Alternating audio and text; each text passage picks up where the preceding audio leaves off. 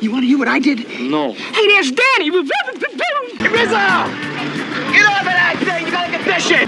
Tell me about it, stud. A movie that gave us leather pants, peer pressure, and more mid-30 teenagers than any casting call should allow.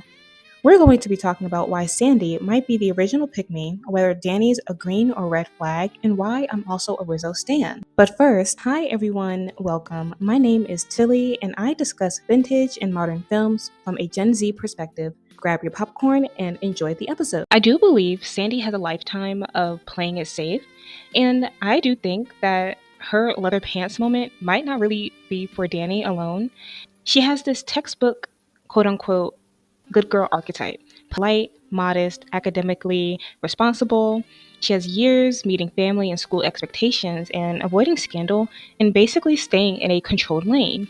The movie framed the opposition of Sandy to the Pink Lady's edginess from the start. Even though she was gentle and kind, she's really curious and she continues to choose to hang out with the Pink Ladies. And I believe this is because she was still intrigued by Danny's world despite being disrespected at the bonfire.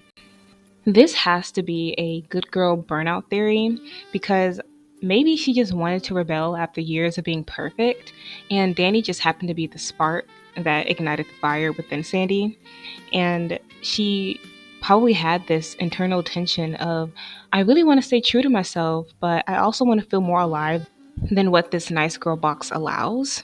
And this whole transformation as liberation has a big question mark at the end of it. The makeover was burning the good girl uniform that Sandy had. Not necessarily saying that this good girl was like a facade or kind of like a persona, but she starts to really identify herself as who she truly wants to be and begins to be bold and command more space, and garner more attention. Maybe that's what she truly wanted, not necessarily wanting Danny, or maybe she just wanted Danny and decided to wear some leather pants and slap on some red lipstick. Tell me about it, stud. The change benefits her self-image as much as Danny's attraction, and could be the first time she really starts to write her own rules. It's really like a straight A kid who finally says "F this" and posts a thirst trap for senior year. Was Danny the reason for her rebellion, or was he just the excuse? And is the final look of Sandy the real Sandy, or is it just another mask that she chooses to hide behind? And comment down below, what's one good girl burnout moment that you've had in real life or that you may have seen? Now, is Danny a green or red flag?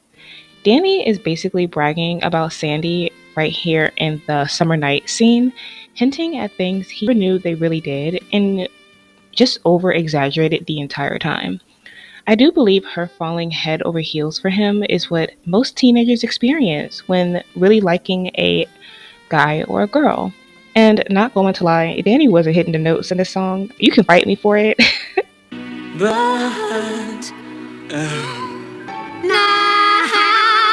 In my mind, these are college kids. They look more like college kids than high schoolers, but Danny does have some green flag evidence. He has moments of vulnerability and attempts to meet Sandy halfway by, trying to change himself for the better and to going to sports and seeing what sports fits him the best and turning into a jock.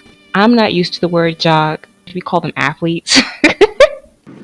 Shout. Now, here's a lot of red flag evidence to back up why Danny is a red flag. He results in a lot of peer pressure.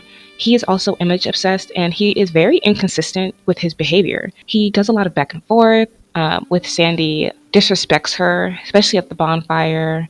Even during their date at the diner, trying to hide behind menus so that his friends couldn't see them, when at that point, his friends had already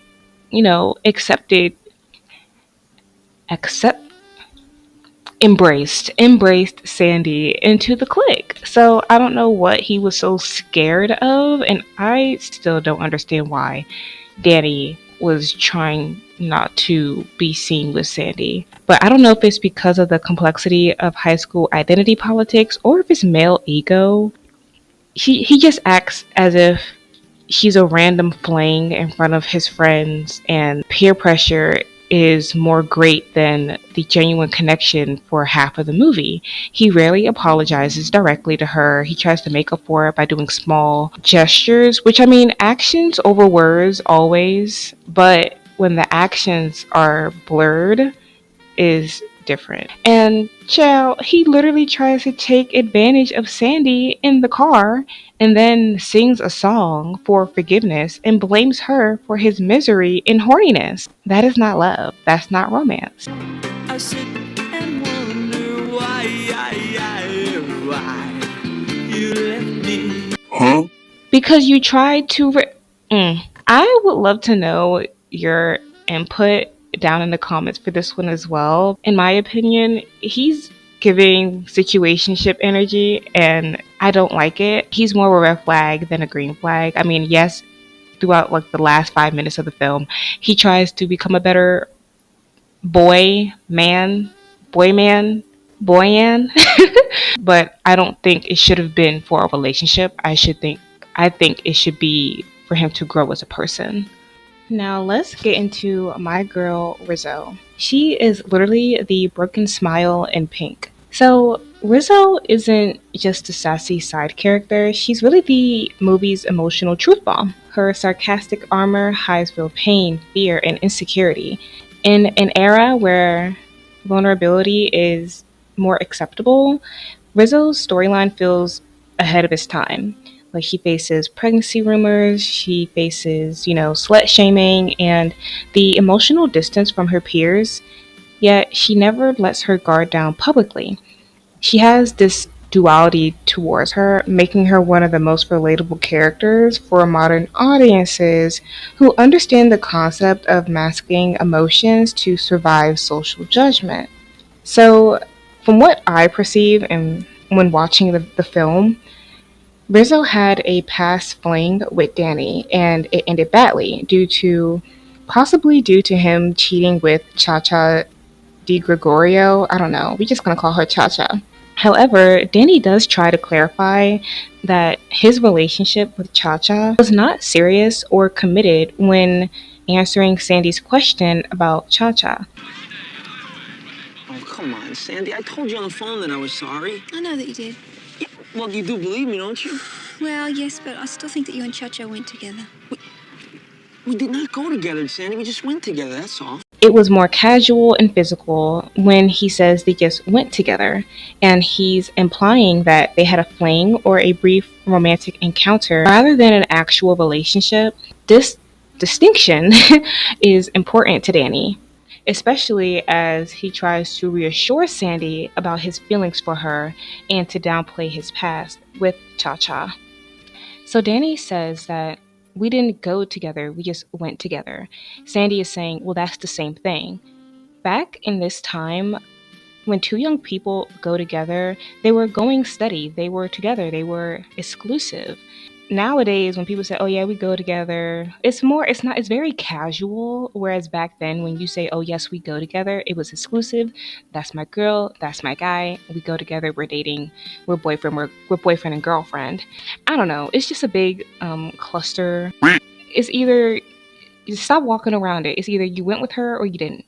It's either you went out with her or you didn't. It's either you had a thing with her or you didn't. It's a yes or no question. It shouldn't be no gray area when trying to reassure the girl you supposedly like. Anyway, back to my girl Rizzo. We went off on a tangent, child. But yes, the Pink Lady's distaste for Cha Cha hints that this history still stings and shapes how Rizzo interacts with Sandy. Rizzo has this tough, sarcastic exterior, which isn't just attitude, it's an armor after being burned by someone she truly cared about, which was Danny. When Sandy calls Danny special, Rizzo's skepticism comes from lived experience, not cattiness. And she has this reputation and vulnerability around her bad girl image. And her image isn't just rebelliousness, it's a survival mechanism in a high school ecosystem where rumors tend to stick for pretty long. And her song There Are Worse Things I Could Do is her emotional unmasking. It's giving a raw acknowledgement of how she's judged versus who she truly is as a person. I'm also going to stand 10 toes down on my feelings. Rizzo and Kaneki are more superior than Danny and Sandy. Yes, I know. Kaneki is an asshole. He does respect Rizzo and her boundaries and does take her seriously. He respects to not call you Rizzo. Oh, your name is Betty? Okay, I'll call you Betty. They have genuine chemistry and witty banter, masking real emotion and real connection. I truly love them both. Their banter is amazing, and he's willing to step up as a father when he thinks that she's pregnant.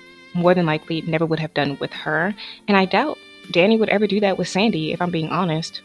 Rizzo, being the classic Rizzo that she is, she's like, sorry, it was someone else's mistake. It wasn't really you. It was just her trying to put on this, tough girl act because she didn't want to get hurt anymore. And she ended up getting hurt anyway because Kaneki was like, well, that's not going to be my quote unquote baby, and just walked away. But he still cared for her, yelling at the carnival, talking about, you got a condition. Rizzo! Get off of that thing! You got a condition! No! Anyway, I love them. I love both of these two. But the pregnancy scare forces Rizzo to truly confront the possibility of a more vulnerable life path. So we start the film as Rizzo being emotionally guarded, pushing people away to avoid another Danny situation, and the pregnancy scare and Kaneki's loyalty make her realize that she can still have love without losing herself. Ending the movie with Kaneki shows a lot of growth, and she chooses a partner who loves her for who she is, not just the image she projects. So many layers to both Kaneki and Rizzo, and they were, and still are, the most interesting to watch. And I resonate with Rizzo because she's layered. She's not just a mean girl, a bad girl, but she's a fully fleshed out teen navigating hurt, reputation, and trust. Her honesty and say it to your face attitude align with authenticity. So her banter with Kaneki, honestly, still some of the best flirty back and forth in teen movie history. Everyone is giving college, besides Marty, who was actually a 19-year-old, the only teen in the movie, but yes, I love it. Why do we still love the chaos of the movie Grease? Even though I watched this film for the first time ever at 9 years old, I was renting it from Blockbuster, and it just brings in a nostalgia from an era I was never even born in. Both of them. I wasn't born in the 50s, and I wasn't born in the late 70s or the 70s period. I'm a 2000s baby. So as a kid, this movie was really all about fun and romance, and it was just bringing a whole new vibe on my small screen in my room that I've never witnessed before. However, as an adult, it's just red flags and a bunch of bangers. I still sing Hopelessly Devoted, and I'm still out here, singing Grease Lightning on rare occasions. Not even rare occasions, too many occasions, because this movie still scratches a part of my brain that, obviously still wants to be bothered. I think she's Tinkerbell. Hi, Sonny. We're drawn to flawed love stories because they feel human, even if they are messy. All in all, I do think Danny was not the one. Sandy deserves a lot better. And I'm going to be a Rizzo stan through and through. I do believe this movie has room for more character development, especially between Danny and Sandy. In my opinion, Danny should have walked away and left Danny with the blue balls. Do you think Sandy's glow up was empowering, plain pick me, or aesthetically pandering? Was Danny a green flag or just a walking red flag? And if Grease was made today, how do you think the story would change?